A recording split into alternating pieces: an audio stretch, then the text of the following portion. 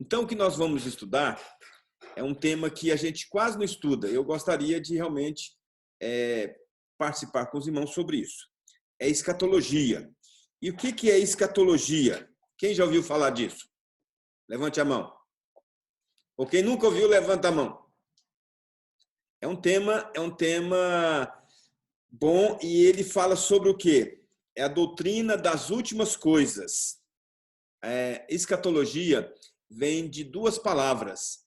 A palavra escatos, que significa último, últimas coisas, e logia, todos nós sabemos, né? É estudo.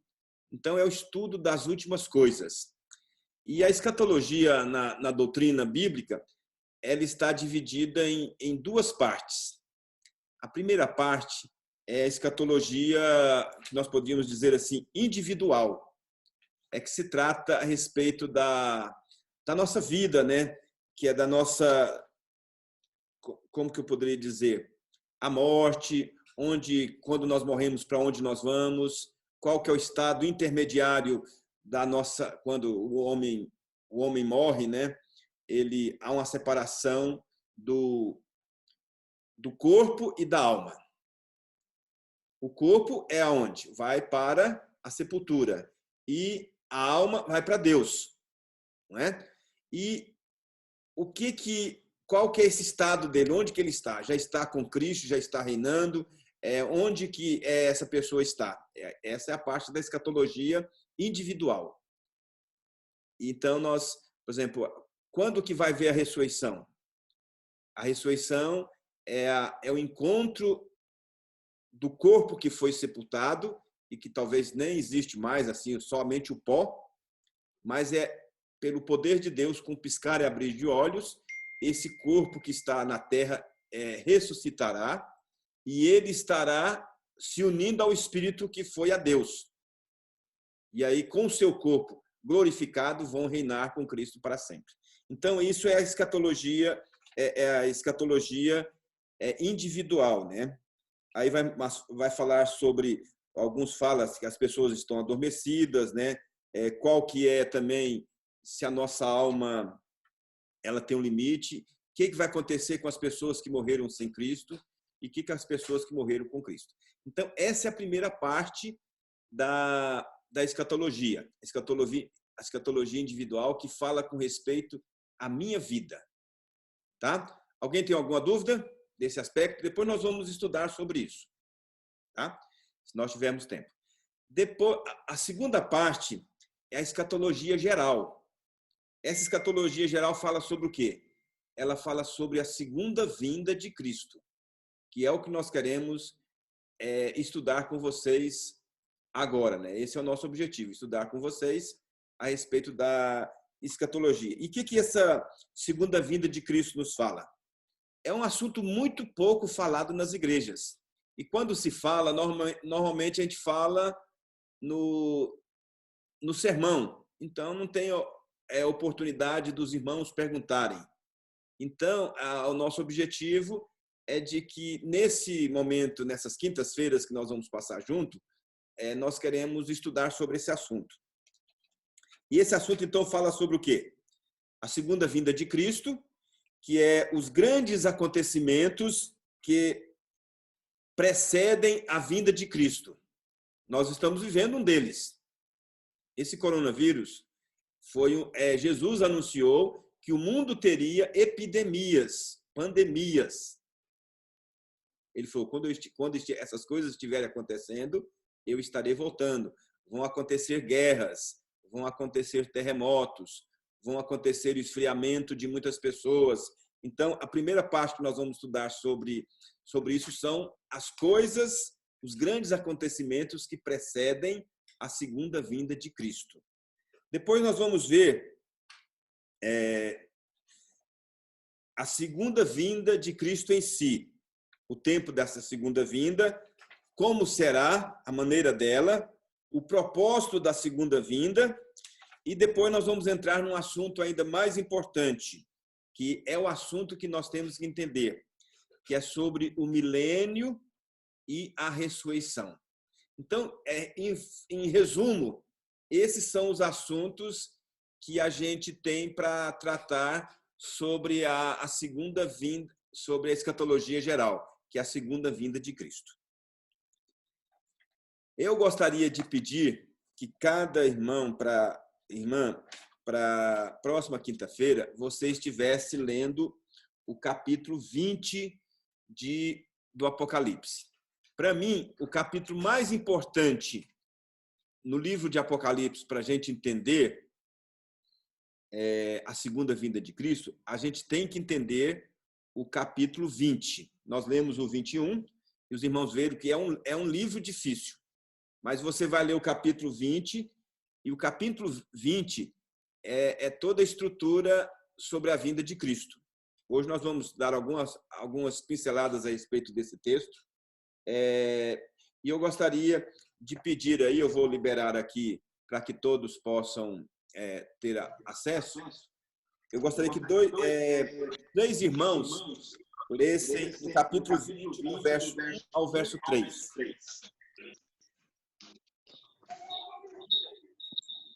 Então vi descer do céu um anjo a chave do abismo e uma grande corrente. É junto, né? Não, é cada um lê. Cada um lê. Ele segurou o dragão, a antiga serpente, que é o diabo, Satanás, e o prendeu por 1000 anos. Mais alguém? Lançou no abismo, fechou selo sobre ele, para que não mais enganasse as nações até completarem os 1000 anos. Depois disto, é necessário que ele seja solto pouco tempo. Então, o que os irmãos entenderam sobre... Vou desativar novamente. O que os irmãos entenderam sobre esses 3 versículos? Esses 3 versículos, eles são muito importantes para a gente entender sobre a segunda vinda de Cristo. Porque nesse texto nos fala sobre uma palavra aí muito importante, que é 1000 anos. E esse 1000 anos vem a palavra milênio. E para a gente entender essa palavra milênio, a gente tem que ter a compreensão, para a gente entender sobre a vinda de Cristo, a gente tem que ter a compreensão sobre o que significa esses 1000 anos. E eu gostaria de então, passar para vocês, vamos ver se os irmãos conseguem ver.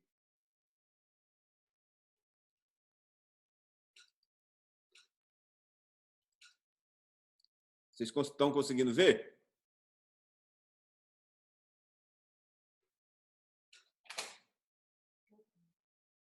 Está no celular? Então, vocês estão vendo aí? Sim. Quem está vendo, levanta a mão, só para eu perceber. Então, aqui, ó, a comparação entre os ensinos sobre o milênio. Você já ouviu falar, né? Sobre o pré-milenismo, pós-tribulação, o pré-milenismo dispensacionalista, o pós-milenismo e o amilenismo. Então, essas são as 4 interpretações que a gente tem sobre a segunda vinda de Cristo. Eu vou explicar mais a que eu creio, não desrespeitando a que os outros creem, mas eu creio mais, é o que nós vamos estudar sobre esse assunto. Então, eu gostaria, para que nós pudéssemos estudar claramente esse texto, que os irmãos, durante a semana, lessem este capítulo todo, o capítulo 20. Tá? E se você já tiver alguma dúvida na leitura, você já manda um WhatsApp, escreve: "Ô, pastor, eu estou nessa dúvida nesse assunto". Só gostaria de dar algumas orientações com respeito a como você lê o Apocalipse. O Apocalipse, eu gostaria de destacar aqui com os irmãos qual que foi o propósito ao escrever ele. Para você ler o capítulo 20, você tem que ter uma compreensão. Normalmente, quando a gente vai ler o livro do Apocalipse, a gente foge dele, não é? É um livro difícil, é um livro difícil de compreensão, então eu não quero estudar sobre o Apocalipse. Então, poucas pessoas lê a Bíblia toda, quando chega no Apocalipse, pula e não tem essa compreensão. Mas o que esse livro, qual que é o propósito desse livro? O propósito desse livro, ele é maravilhoso. Porque, veja bem, por que esse livro de Apocalipse foi escrito? Ele foi escrito com o propósito de confortar a igreja da época diante das lutas e das forças do mal. Olha, veja bem, esse livro é um livro cheio de auxílio e de conforto para os cristãos que sofrem e são perseguidos. É quando Deus diz que vai enxugar todas as lágrimas, é onde Deus diz que toda oração feita a Ele é escutada, é onde Deus diz que a morte é preciosa aos seus olhos. Naquela época, quando João escreveu, ele estava onde? Ele estava preso. Ele estava numa cadeia, preso numa ilha, né? Então, a sua prisão era a ilha. E ele estava preso com que motivo? Ele estava preso porque ele estava pregando o evangelho. A perseguição do Império Romano sobre a igreja foi muito cruel. Tanto que todos os discípulos de Jesus morreram como mártires. Todos eles. Paulo, Pedro, Tiago, todos eles, Filipe, todos eles morreram com morte como mártires. Morreram porque amavam Jesus. João foi o único que não morreu, mas ele ficou como preso numa prisão, né? Ele ficou como preso, ele já com uma idade de 80, 90 anos, ele ficou já cego, ele ficou então nessa ilha, e dessa ilha ninguém podia fugir. Então ele escreve essa carta, Deus apresenta essa carta para ele, ele tem essa visão para confortar a igreja. Então esse livro do Apocalipse, as pessoas pensam assim, antes de estudar, pensa que é um livro difícil de compreensão, mas o livro nos apresenta o quê? Nos apresenta que é um livro de conforto. Então, nesses momentos de medo, de pavor, o que vai acontecer do mundo, o que vai acontecer na nossa vida, esse livro vem apresentar que Jesus é o vencedor. Que ele venceu todas as coisas. E aqui nos apresenta essa verdade, que nós somos verdadeiramente mais do que vencedores por meio daquele que nos amou. Então, esse é o propósito. Qual que é o tema do livro, do Apocalipse? O que vocês acham? Eu vou abrir aqui. O que vocês acham sobre o tema desse livro? Quando você ouve falar, qual que é a sua opinião? Alguém tem alguma... Pede para levantar, tem alguma palavra?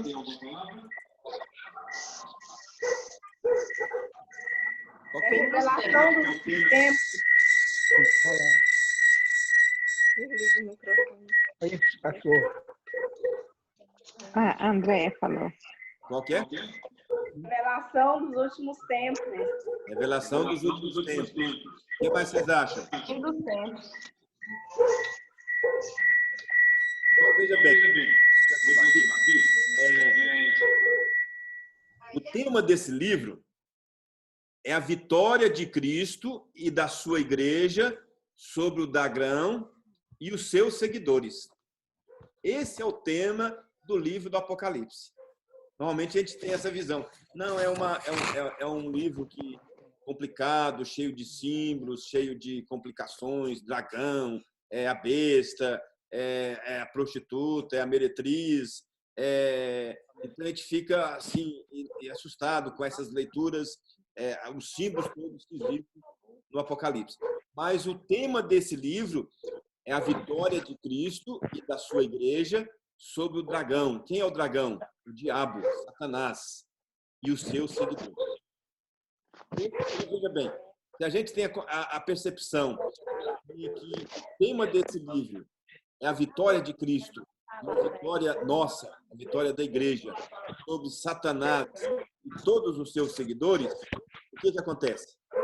Para nós se torna um livro que maravilhoso, que a gente tem que ter a compreensão. O que significa isso? Esse texto nos mostra que, aparentemente, o Império Romano tinha vitória sobre a igreja. Mas o livro mostra que quem está tendo vitória é Jesus. Isso mostra que quem é o vencedor é Jesus. Então, ele é colocado dessa forma. Por isso, meus irmãos, nós devemos ter uma compreensão clara desse livro, porque ele nos traz uma mensagem maravilhosa para as nossas vidas, tá? Então, eu gostaria... Esse livro, por exemplo, ele foi escrito no ano 69. Jesus morreu no ano 33. João era seu discípulo. E mais ou menos no ano 69, 70 da nossa era, que o livro do Apocalipse foi escrito. E ele, então, tem uma mensagem especial para as nossas vidas, tá? E eu gostaria de trazer alguma explicação importante já no livro nesse livro. O capítulo 20, que eu vou dar uma devocional, então, agora sobre esses 3 primeiros versículos. O capítulo 20 é o capítulo mais polêmico de todo o Apocalipse, mas se nós não compreendermos, dificilmente a gente compreende a história dele.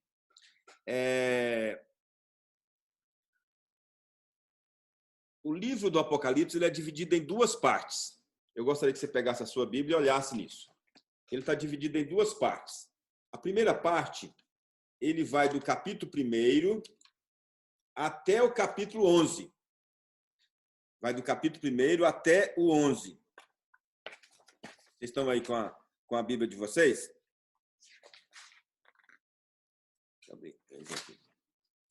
Então, do capítulo 1 até o capítulo 11, mostra o quê? É a primeira parte do livro. Então, o livro está dividido em 2 partes.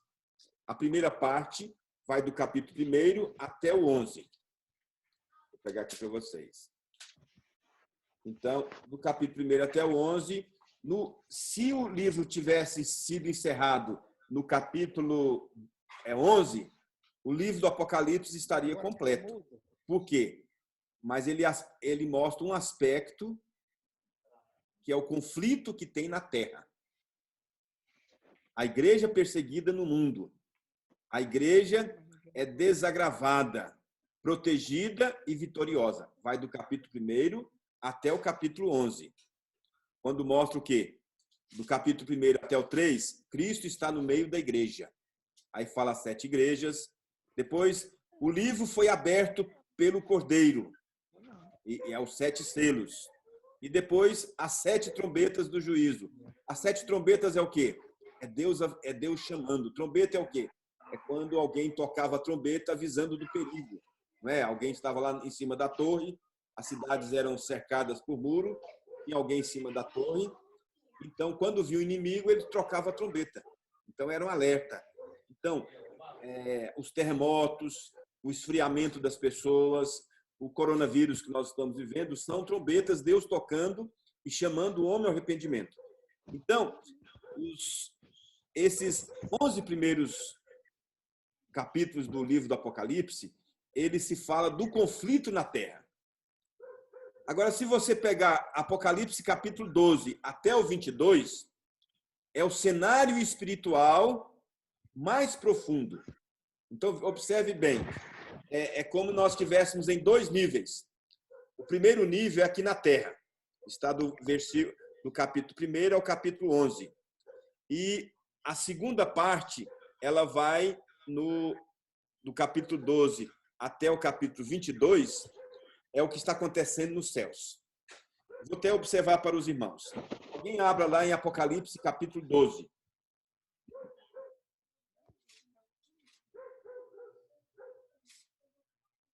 O que diz o verso 5?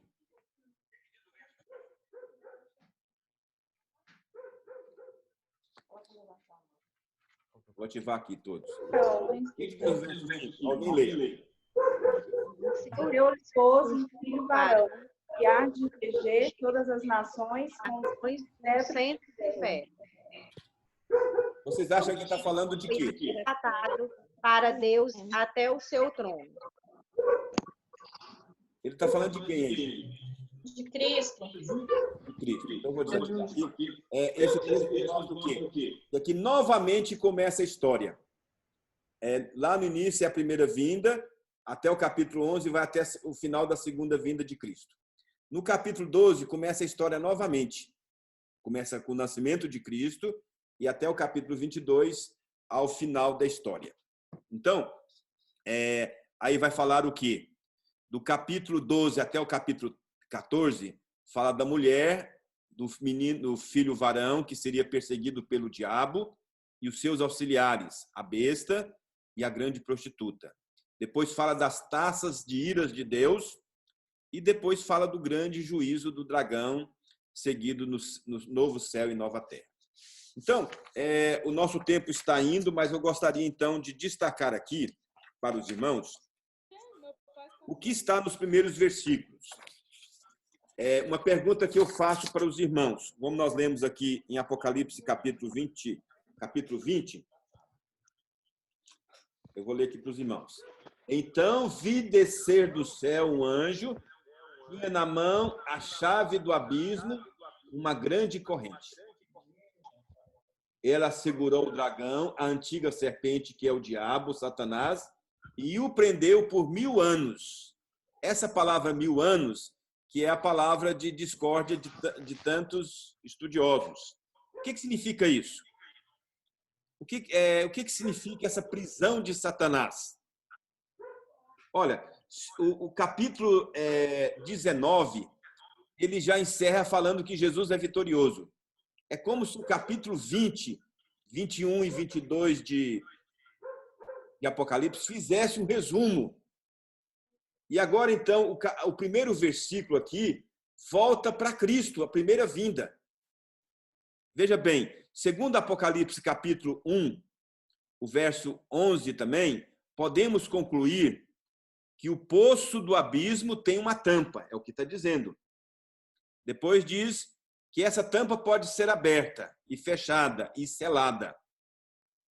O que significa tudo isso? A gente lê assim e desanima, né? Não dá para entender isso. Mas a gente tem que compreender que o livro de Apocalipse é um livro não literal, é um livro simbólico. Tanto os números quanto as figuras, elas são o quê? Eles são simbólicos, porque João estava vendo uma coisa que ele jamais viu. Ele viu quem? Ele viu os céus e as coisas que vão acontecer no futuro. Então, ele não sabia como expressar isso, então ele usou símbolos. E foi apresentado a ele dessa forma para que ele pudesse apresentar e escrever. Porque se ele fosse escrever, como que ele ia escrever sem usar os símbolos? Então, ele usa isso. João vê que o anjo tem a chave do abismo e uma grande corrente. E diz que ela prendeu Satanás por 1000 anos e fechou no abismo até que completasse 1000 anos. Tudo isso é simbolismo. Um espírito, como é o espírito de Satanás, não pode ser amarrado por uma corrente. Prendeu, fechou, selou. São termos que detonam a sua limitação de poder. Então, o que eu creio, nós vimos aquele gráfico que eu apresentei para vocês, alguns creem que o milênio vai acontecer depois que Jesus vier. E ele seria, então, literal. Então, Jesus vem, arrebata a sua igreja, vem e depois vai viver 1000 anos reinando. Eu creio que o reino de Jesus começou quando ele esteve aqui. Esses 1000 anos, eles não são literais, eles são simbólicos. Então, o milênio ele começa quando Cristo veio. E quando que começou a prisão de Cristo, de Satanás? Se os irmãos observarem, vocês vão poderem ver claramente que lá em Colossenses capítulo 2, o verso 15, diz que despojando os principados e potestades, publicamente expôs ao desprezo, triunfando deles na cruz. Então, a vitória de Jesus sobre Satanás, ela não vai acontecer na segunda vinda. Ela já aconteceu na primeira vinda. Vocês estão entendendo? Então, o texto nos diz que Satanás foi preso. Isso significa o quê? Mas, pastor, ele está tão ativo no mundo, o que significa isso? Isso significa que a sua autoridade e o seu poder agora estão restritos. Satanás não pode mais enganar as nações. Se você observar, meu irmão e minha irmã, no Velho Testamento, o que acontecia? No Velho Testamento, apenas uma nação servia Jesus, servia a Deus. Era a nação de Israel. Então, o que esse texto nos ensina? Que Satanás já não pode mais enganar as nações com a vinda de Jesus. Então, a vitória de Jesus sobre Satanás, ela não vai acontecer na segunda vinda. Ela já aconteceu e ela aconteceu na cruz. Então, quando esse texto aqui nos diz de forma simbólica que o diabo está preso por 1000 anos, é que o diabo agora o seu poder e a sua autoridade foi restrita. Satanás não pode mais enganar as nações. A evangelização dos povos foi ordenada e foi feita por Deus para alcançar os eleitos de todas as nações, tribos e povos. E o diabo não pode mais impedir, as portas do inferno não podem prevalecer contra a igreja do Senhor. Então, onde o evangelho vai, o inferno não pode segurar. Porque o diabo ele está preso. Então, o seu poder foi limitado. A vitória de Jesus já aconteceu sobre Satanás. Nós vamos ver isso. Então, a prisão de Satanás não significa que ele está inativo. Não, ele não está inativo. Não significa que ele está fora de cena, mas ele está na corrente de Deus. E essa corrente é grande, mas ele é um inimigo limitado. Vocês estão entendendo? Essa é a primeira verdade. Então, eu creio que o milênio, ele começou quando Jesus esteve aqui. E o milênio se encerrará quando ele voltar. E quando ele voltar, então, ele julgará todas as nações. Aqueles que aceitaram a Jesus estão salvos. E aqueles que negaram a Jesus estão condenados. Então, meus irmãos, o que significa que Satanás não pode mais enganar as nações? Eu vou abrir aqui e vou pedir para alguns irmãos, você abra a sua Bíblia e lê. Nós vamos daqui a pouco encerrar, porque eu não quero que a nossa reunião demore muito tempo, porque senão na próxima reunião alguns não estarão. Né? Não, demora demais, então eu não quero estar. Mas então nós queremos que seja agradável para todos, tá? Eu gostaria que vocês lessem alguns textos para nós encerrarmos. O que significa que Satanás não pode mais enganar as nações? A prisão de Satanás tem a ver com a primeira vinda e não com a segunda.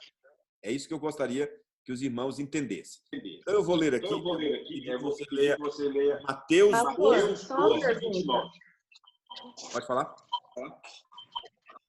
Aí, então, quando terminar esse milênio, Satanás será solto, então?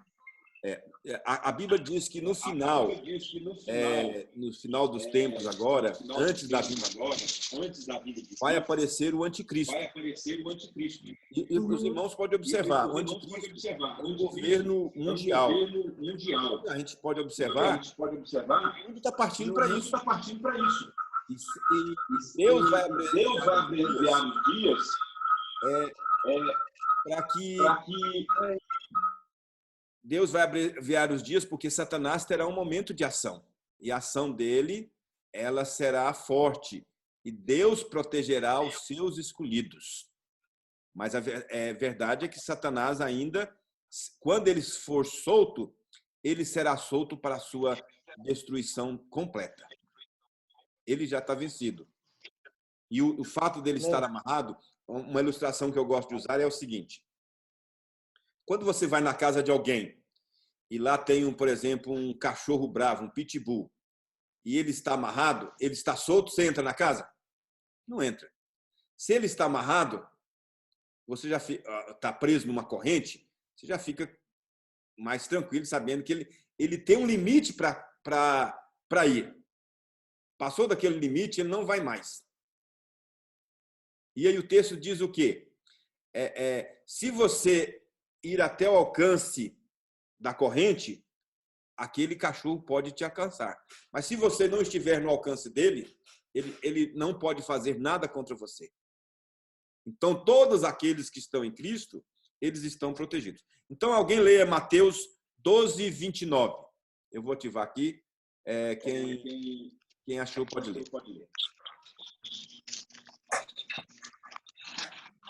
O outro já procura lá em Lucas 10, 17 e 18.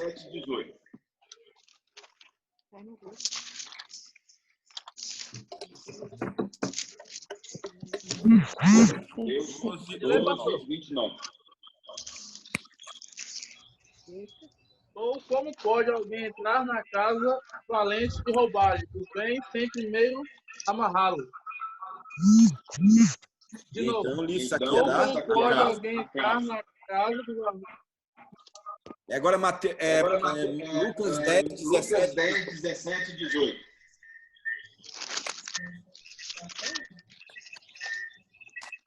Então regressaram os 70 possuídos de alegria, dizendo: Senhor, os próprios demônios se nos submetem pelo teu nome. Mas ele lhe disse: Eu vi a Satanás caindo do céu como um relâmpago.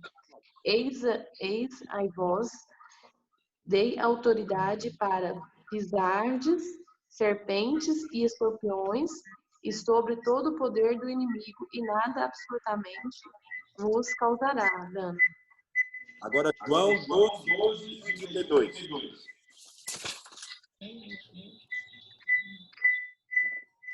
Qual? João 12, 31 e 32.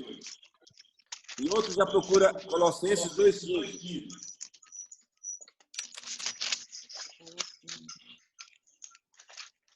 João 12, 31, 32. Chegou o momento de ser julgado este mundo, e agora o seu príncipe será expulso. E eu, quando for levantado da terra, atrairei todos a mim mesma. Ótimo. Colossenses 2,15.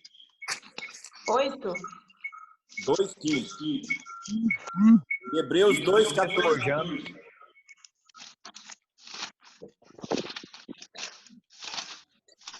Pode ler, Colossenses. E despojando os principados e as potestades, publicamente os expôs ao desprezo, triunfando deles na cruz. Hebreus 2,14.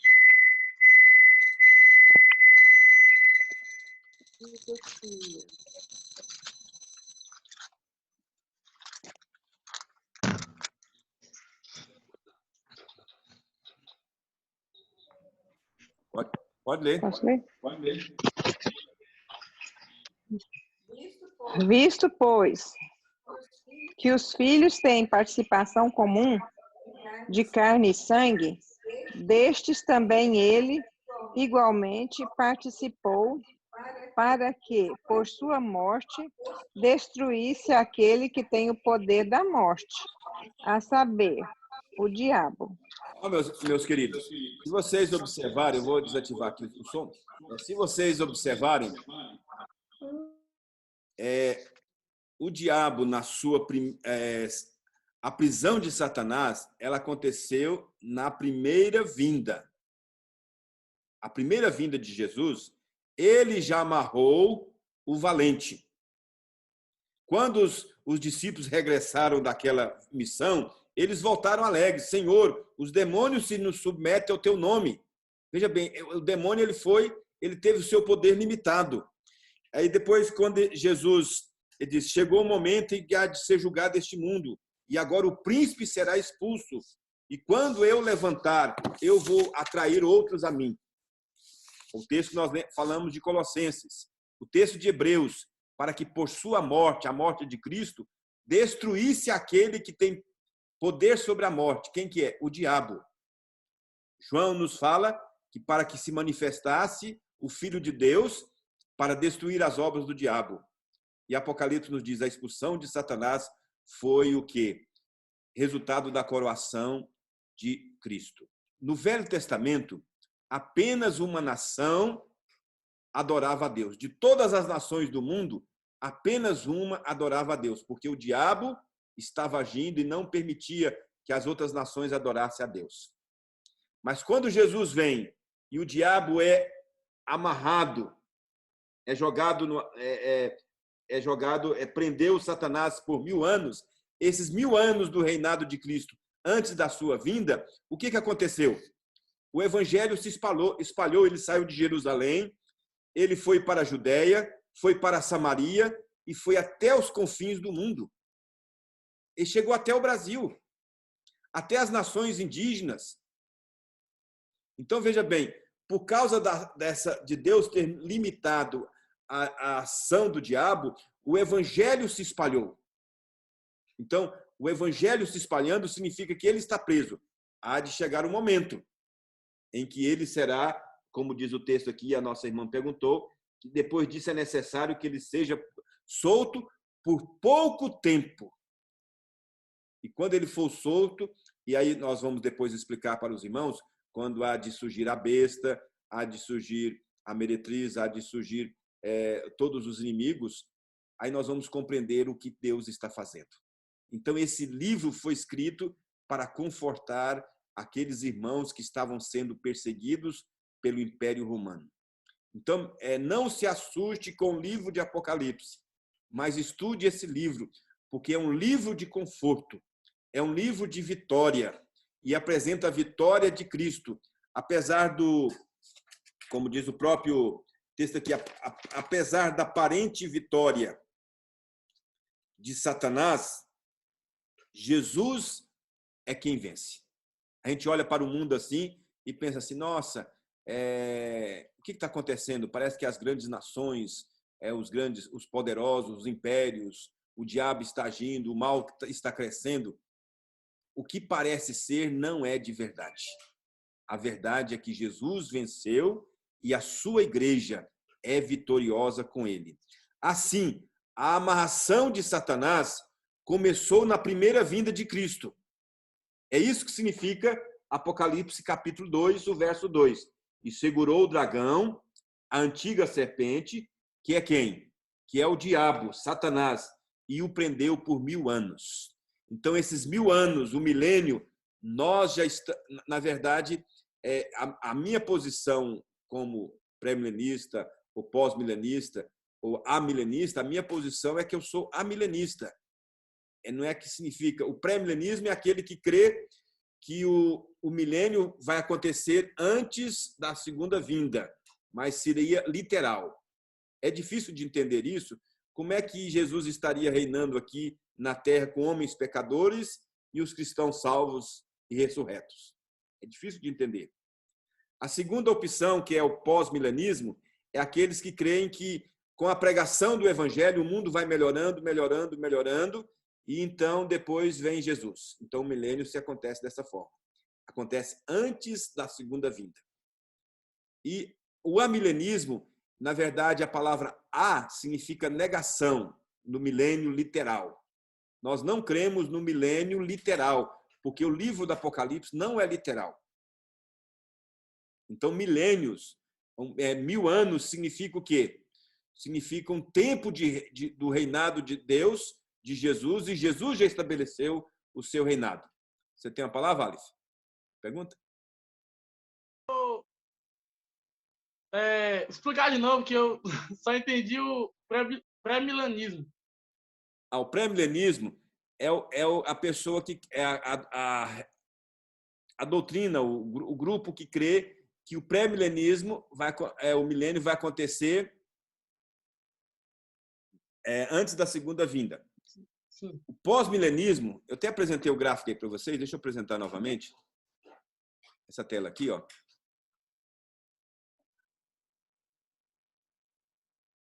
Estão vendo aí, ó? O pré-milenismo vem a tribulação, a segunda vinda, e aí tem um milênio, Jesus reinaria 1000 anos com a população do mundo, pecador ou não, e os salvos, e depois viria o juízo final. O pré-milenismo dispensacionalista, eles creem na segunda vinda, primeiro vem o arrebatamento, depois vem a tribulação, a segunda vinda, o milênio, depois o juízo final. O pós-milenismo, ele acha que o mundo, com a pregação do evangelho, o mundo vai melhorando, melhorando, melhorando. Nós passamos a viver o milênio e depois vem a segunda vinda de Cristo. A posição que eu creio, que é mais condizente com o que a palavra de Deus ensina, é o milênio simbólico, assim como todo o Velho Testamento é. Quando fala aí que tem um abismo, que tem o abismo selou e todas essas coisas, os símbolos do livro do Apocalipse, ele é simbólico. Eu creio que esses 1000 anos também é simbólico. Ele começou quando Jesus veio e ele encerra quando Jesus volta para o juízo final, a sua segunda vinda. Então, é dessa forma que são as 3 posições. Mas o que significa isso? A prisão ou restrição do poder de Satanás tem a ver com a obra de Cristo na cruz e a evangelização das nações, onde Deus chama aqueles que são os seus eleitos. Então, Satanás está restrito em seu poder no sentido de não destruir a igreja, nem impedir os eleitos de todas as nações que recebam e creem em Jesus Cristo. Então, a igreja, ela é internacional, ela é mundial, ela abrange o mundo todo, nações, povos, línguas e tribos. Então, o particularismo da antiga aliança, que era apenas os judeus, uma nação que cria em Deus, deu lugar o quê? A todas as nações do mundo, onde você for no mundo, em qualquer lugar, você vai encontrar alguém que ama Jesus. E isso é resultado de que Satanás foi colocado na prisão por 1000 anos. Então, nós estamos vivendo o milênio de forma simbólica, porque Jesus reina.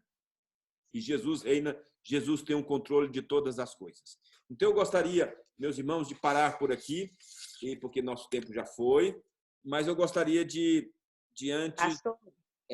lançar um momento para algumas perguntas. Quem tiver pergunta, levante a sua mão para eu poder ouvir e a gente poder encerrar. Nós vamos continuar. Nós vamos... Desativou, Alice. Aperta aí, depois tu desativa. Nós vamos repetir esse assunto várias vezes, porque não é um assunto fácil, mas quando você compreender, você vai ficar maravilhado com o livro do Apocalipse. Quando você compreender o capítulo 20, nós vamos estudar várias vezes, eu vou repetir várias vezes, e vocês vão perguntar, tirar suas dúvidas. O meu WhatsApp está à disposição. Se vocês quiserem escrever durante a semana, nós vamos ver apenas o capítulo 20. Eu vou mandar alguns artigos no WhatsApp lá, até o do que eu dei aqui hoje, para que você estude e nós tenhamos uma compreensão. E quando você compreender isso, você vai ver que nós estamos aqui de passagem, que a nossa casa não é aqui e que, na verdade, o mundo que hoje se proclama um mundo orgulhoso, as nações, as religiões, os impérios, o poder de Satanás, o poder do mal que parece imperar, na verdade, ele está derrotado. O grande vitorioso é Jesus Cristo. E essa foi a palavra de consolação para os irmãos nossos da igreja primitiva, que eram jogados nas arenas para serem comidos por leões, que eram queimados vivos, que eram torturados e que eram mortos, como foram os 12 discípulos, aí mostrando que, apesar de tudo isso, quem é vitorioso é Jesus e sua igreja. Tá? Alguém tem alguma pergunta? Levante a mão. Tá aqui. A Janine, eu vou passar a palavra para ela. Depois, se alguém tiver mais... Janine, pode falar. Pela doutrina da igreja, a interpretação do pós-milênio, pré-milênio ou amilenismo, ela é pessoal? Não, eu creio que é uma interpretação bíblica, é assim que a nossa igreja crê, a maioria dos pastores creem que... Porque, veja bem, o amilenismo, você reina, a igreja está reinando com Cristo, apesar da aparente destruição, ele reina e no final ele é o vitorioso. Quando ele voltar, o inimigo será solto, vem o anticristo, as perseguições cruéis sobre a igreja, e essas perseguições estão começando. Nunca na história da humanidade tantas pessoas morreram por amor a Cristo do que nos nossos dias. Vem o anticristo, aí o Senhor Jesus vem, e naquele dia haverá o arrebatamento, quando Jesus chamará a sua igreja para encontrar com Jesus nos ares, mas naquele mesmo instante ele desce com a sua igreja. Jesus, quando descer à terra na sua segunda vinda, nós seremos arrebatados e encontraremos com Jesus nos ares. E depois, com Jesus, toda a igreja descerá para o juízo final. Aí não tem mais oportunidade. Aí Jesus virá para fazer o quê?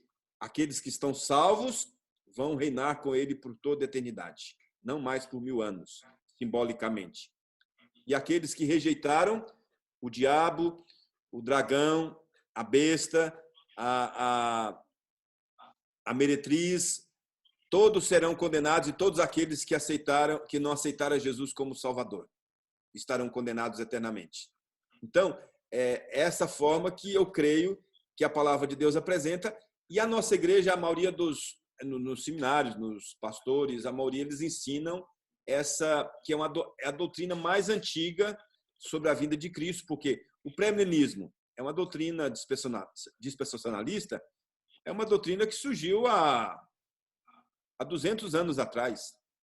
Mas o amilenismo ele vem desde a época da igreja primitiva.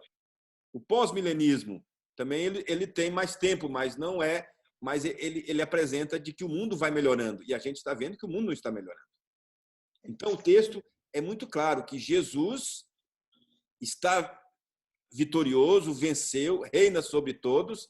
Então esta interpretação não é apenas uma interpretação pessoal, mas a maioria dos teólogos, estudiosos, seminários apresentam essa afirmativa. Agora, respeito também quem dentro da igreja evangélica aceita as outras posições.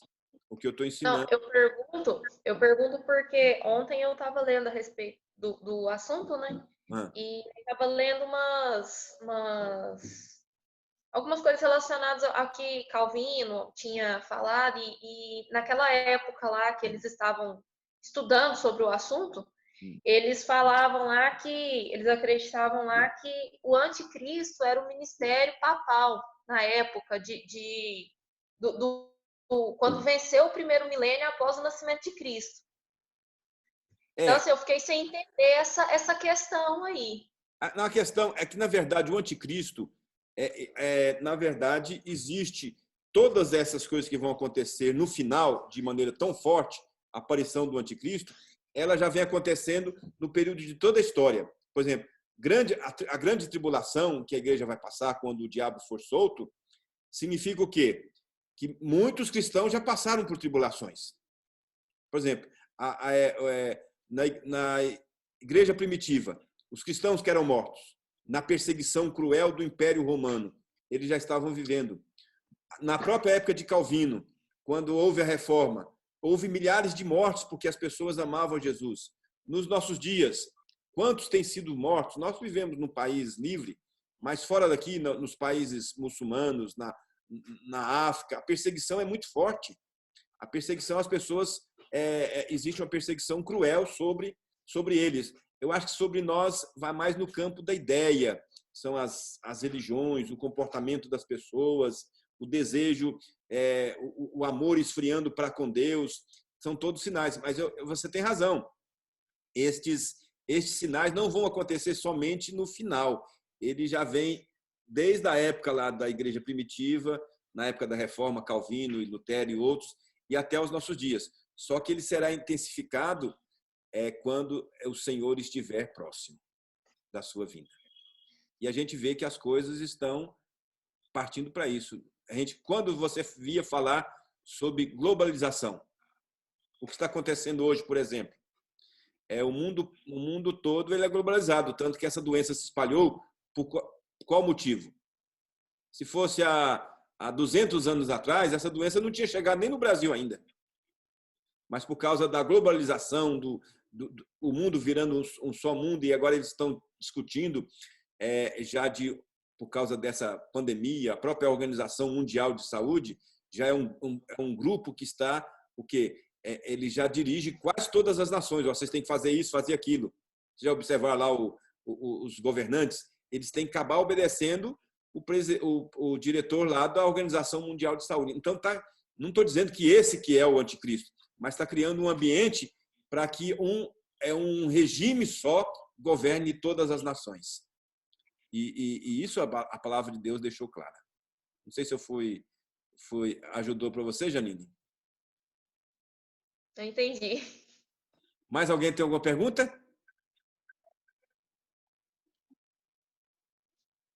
Eu, pastor. Ah, tá. Deixa eu passar a palavra para você. Deixa eu ativar o seu... Ativa o seu aí. É a Andréia? É, André, pode falar, André. Pastor, você falou aí do julgamento. Eu não sei se eu entendi, mas o dia do julgamento será simplesmente quem aceitou Jesus e quem não aceitou, ou vai vir uma série de coisas nisso? Não. O julgamento ele dará baseado numa coisa. Porque quando todos nós nos apresentarmos diante de Cristo, aqueles que tiveram a sua fé em Jesus, eles estão salvos. Aqueles que foram lavados pelo sangue do Cordeiro, eles estão salvos. E aqueles que recusaram isso serão condenados. O julgamento eu já ouvi algumas pregações que falam assim, e quando você chegar diante de Cristo, o que você tem para oferecer? Como é que você vai explicar isso? Por exemplo, um pecado. Como é que você vai explicar isso diante de Cristo? Isso faz parte do julgamento ou isso não... Não, porque o julgamento ele é só baseado... Eu não tenho nada para oferecer a Cristo, a Deus, a não ser os meus pecados. O que nós fazemos de bom não agrada a Deus. O que agrada a Deus é a nossa fé em Cristo Jesus, na obra que Ele fez. O nosso Salvador é Ele. Você vai ser salvo não pelo que você fez ou que você deixou de ser. Você vai ser salvo pela sua fé naquilo que Jesus fez. Ninguém será salvo pelas suas obras, ninguém será julgado desta forma. Você vai ser julgado se você aceitou a Jesus como seu Salvador ou se você recusou a Ele. Não há, o julgamento é claro, né? Aqueles que amam a Deus e aqueles que não amam. Aqueles que entregaram a sua vida, que confiaram que Jesus é o Salvador, serão salvos, e aqueles que negaram serão condenados. Tá? Mais alguém? Pode falar, Juliana. Deixa eu ativar seu som. Pode falar, menina. Pelo que a Andréia falou, é porque a gente ouve muito achando assim, que o fato do pecado da gente ter pecado que assim, que não seja perdoado, né? E tem versículos na Bíblia que diz que uma vez você pedir perdão, o pecado vai para profundezas do mar, não é? É verdade. E aquele pecado em relação assim, pecar contra o Espírito, porque eu acho que tem um versículo na Bíblia que fala a respeito disso. Estaria relacionado também à questão da salvação, do dia do juízo, ou não? Esse pecado contra o Espírito Santo, ele, na verdade, ele é um pecado quando você recusa a ação do Espírito Santo em sua vida. Por exemplo, o Espírito Santo é quem nos move a aceitar a Jesus como Salvador ou não. Ninguém diz assim, eu sou crente sem que o Espírito Santo tenha agido na nossa vida. Então, negar o Espírito Santo é negar toda a obra que Jesus fez, é negar tudo aquilo que o Espírito Santo de Deus faz. Então, quando você deixa de crer em Jesus, na verdade, aí que fala blasfêmia contra o Espírito Santo. Ninguém que ama Jesus pode ter esse pecado. Agora, quem não ama Jesus já está tendo esse pecado. Agora, então a pessoa que... Agora, a gente não pode julgar que uma pessoa que não é crente ainda hoje, que ele não será crente. Ele pode aceitar a Jesus. Quem se lembra do ladrão lá na cruz? Foi no último momento. Ele estava condenado lá pelos seus pecados e pelo mal que ele fez à sociedade. Era um ladrão de alta periculosidade, então ele foi condenado à morte. E naquele momento ele não pôde fazer nada. E o que ele fez? Ele só falou para Jesus assim: Senhor, lembra-te de mim quando entrares no paraíso. E o que Jesus respondeu para ele? Hoje mesmo estarás comigo no paraíso. Então o que aquele homem fez para merecer o céu? Se nem a terra queria ele. Nem a terra, naquela época, quis ele, tanto que mandou ele ser morto, condenado à morte. Mas Jesus disse: hoje você estará comigo no paraíso. Porque aquele homem colocou a sua fé em Jesus. Então, quem coloca a sua fé em Jesus está livre desse pecado da blasfêmia ou do pecado imperdoável. Mas aquele que nega Jesus até a sua morte, na verdade, ele cometeu esse pecado. É o pecado imperdoável. Porque quando nós morrermos, nós não temos mais oportunidade de uma segunda chance. A Bíblia nunca relata o fato de que depois da morte você vai ter uma outra oportunidade. A oportunidade é hoje, é agora. Então nós temos que entregar a nossa vida nas mãos do nosso Deus, hoje, agora, e nos prepararmos para esse encontro com Ele. Agora, o que vai preparar você a encontrar com Deus? É as suas obras? Não. O que nos prepara a encontrar com Deus é a nossa fé colocada em Jesus. Porque quem fez por nós não fomos nós. Quem fez por nós foi Jesus. As outras religiões, que é também chamada Babilônia, todas as religiões, filosofias que não são cristãs, que nos tentam tirar de Cristo, são chamadas de a Babilônia, a meretriz, aquela que nos quer desviar de Deus, de Jesus. Todas as religiões nos ensinam o quê? Eu tenho que fazer isso, tenho que fazer aquilo para alcançar o favor de Deus. Mas o cristianismo, Jesus diz: eu já fiz, está consumado, ninguém precisa fazer mais nada. O que você precisa fazer é só aceitar Jesus como seu Salvador. Amém? Amém. Meus irmãos, já deu 1h08. Vamos parar? Tem uma pergunta? Pode falar. Juliana, respondi? Sim, obrigada, pastor. Pode falar, Aleph. Pastor, a igreja adventista, eles acreditam que quando o nosso corpo é separado da alma, quando nossa alma é separada do corpo, eles acreditam que a gente entra num sono profundo. Essa é a posição do adventista, né? Mas ela entra em contradição com muitos textos da Bíblia. Porque quando você, por exemplo, a parábola que Jesus contou, né, do ladrão e o rico estava na presença de Deus. Não é verdade? E o livro do Apocalipse nos fala que Jesus, a pessoa não está num grande sono. Na verdade, quem está em sono é o nosso corpo. Nosso corpo está lá na terra, mas o espírito é levado a Deus. E lá você não está. O sono significa, quando a palavra de Deus fala sono na Bíblia, significa que é como se ele estivesse aguardando a ressurreição. O espírito está dormindo, aguardando a ressurreição. A ressurreição significa o quê?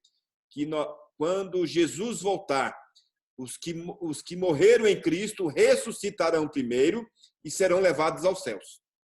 Aí depois nós, isso com piscar e abrir de olhos, nós, os que estivermos vivos, seremos arrebatados e estaremos na presença de Deus.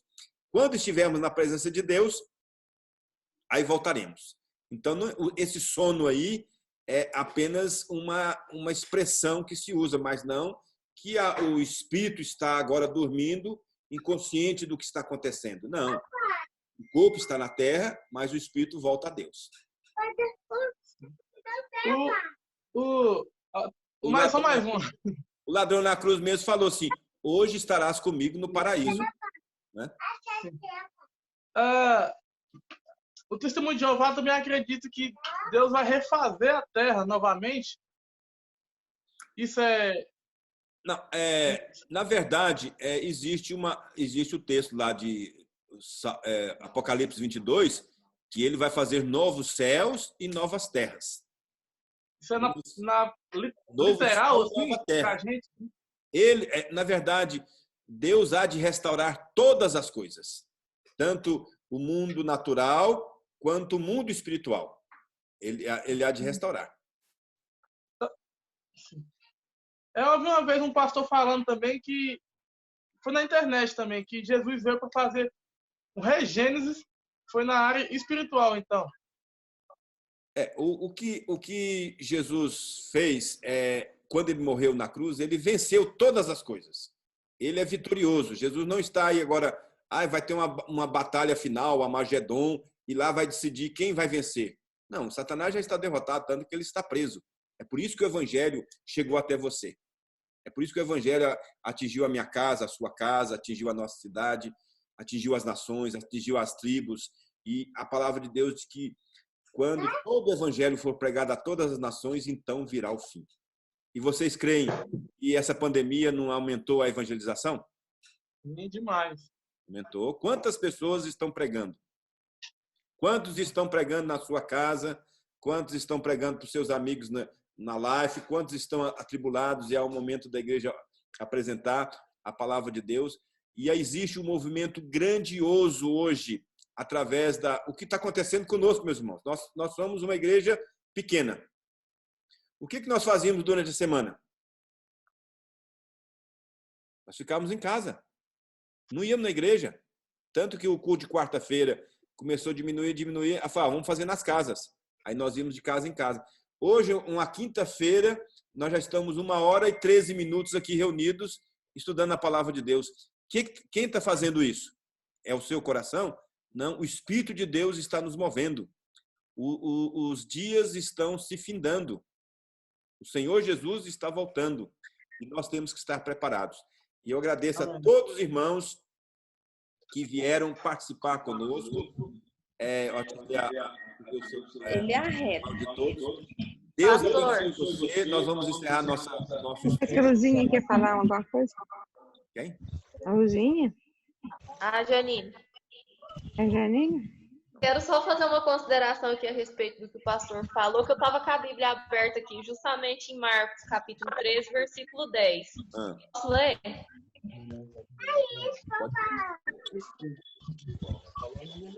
Posso ler aqui? Pode. Vou ler 9 e 10 para entender. Estai vós de sobreaviso, porque vos entregarão aos tribunais e às sinagogas, serei açoitados e vos farão comparecer à presença de governadores e reis, por minha causa, para lhes servir de testemunho. Aí o versículo 10.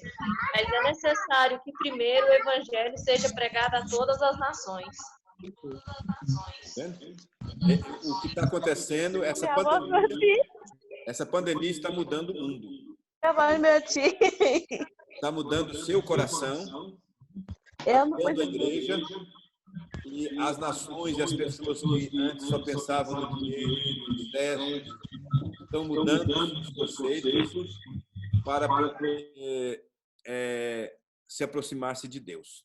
Então, um novo momento, e eu agradeço a presença de todos os irmãos que participaram aqui. Nós viemos hoje em 22 pessoas. Nós louvamos a Deus. Eu creio que muitos não puderam entrar porque não conseguiram entrar. Nós ainda estamos aprendendo a entrar nesse negócio. Quanto? Tá. Então, nós vamos... eu queria agradecer vocês. Nós vamos encerrar com uma oração, pedindo a bênção de Deus sobre a sua vida. Gostaria que na próxima quinta-feira, no mesmo horário, tá? E eu gostaria que você lesse o capítulo 20 de Apocalipse. Lesse. É um capítulo simbólico. Não assuste com o que você vai ler, mas Deus tem uma mensagem muito bonita neste capítulo. Ao entendermos os símbolos, vocês vão ficar impressionados. Nós já entendemos um pouco hoje a prisão de Satanás. Ele preso 1000 anos, o evangelho chegou até o seu coração. Tá? Nós vamos, nesse instante, então, pedir a bênção de Deus sobre a sua vida e nós vamos orar, agradecendo a Deus por tudo que Deus tem feito na nossa vida e no nosso coração. Oremos. Pai amado, eu quero, nesse instante, pedir a tua bênção sobre as nossas vidas.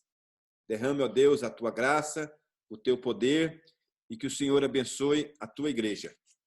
Ó Deus, cuide das nossas vidas, cuide de cada irmão e nós te louvamos, ó Deus, porque a primeira vinda de Jesus Cristo prendeu a Satanás, destruiu as obras dele e a obra de Cristo pôde ser implantada no meu coração. Agora, ó Deus, me ajude a amar o Senhor acima de todas as coisas, sabendo que os dias estão próximos. Louvamos, ó Deus, pela vida de cada irmão, cada irmã que participou aqui. Oramos pedindo uma noite de paz, de repouso, nas tuas mãos bondosas. Oramos no nome de Jesus. Amém. Amém. Irmão, que Deus te abençoe. Obrigado pela presença. Quem gostou, venha na próxima quinta e chama outras pessoas para participarem. Nós temos aqui lugares para 100 pessoas, tá? É o que o programa está oferecendo para 100 pessoas. Hoje tivemos 22. Louvamos pela sua vida, pela sua participação. Amém? Eu vou abrir o microfone para que todos possam dar um tchau, uma palavra final a todos. Muito obrigado, meus irmãos. Tchau. Tchau, obrigado. Obrigado, Deus abençoe. Qualquer dúvida, ao ler os Apocalipse 20, escreve no WhatsApp meu, da igreja. Nós vamos responder. Um abraço. Um abraço a todos. Pelo menos aqui a gente pode abraçar. Foi muito bom ver vocês. Deus abençoe. Obrigada, Lu. Saudade de vocês. Saudade de vocês. Olá, Dona Luzia. Oi! Te amo, A Selma, Franciele, tá melhor? Oi? Como é que tá, Selma? Bom. Você tira a sua dúvida, né?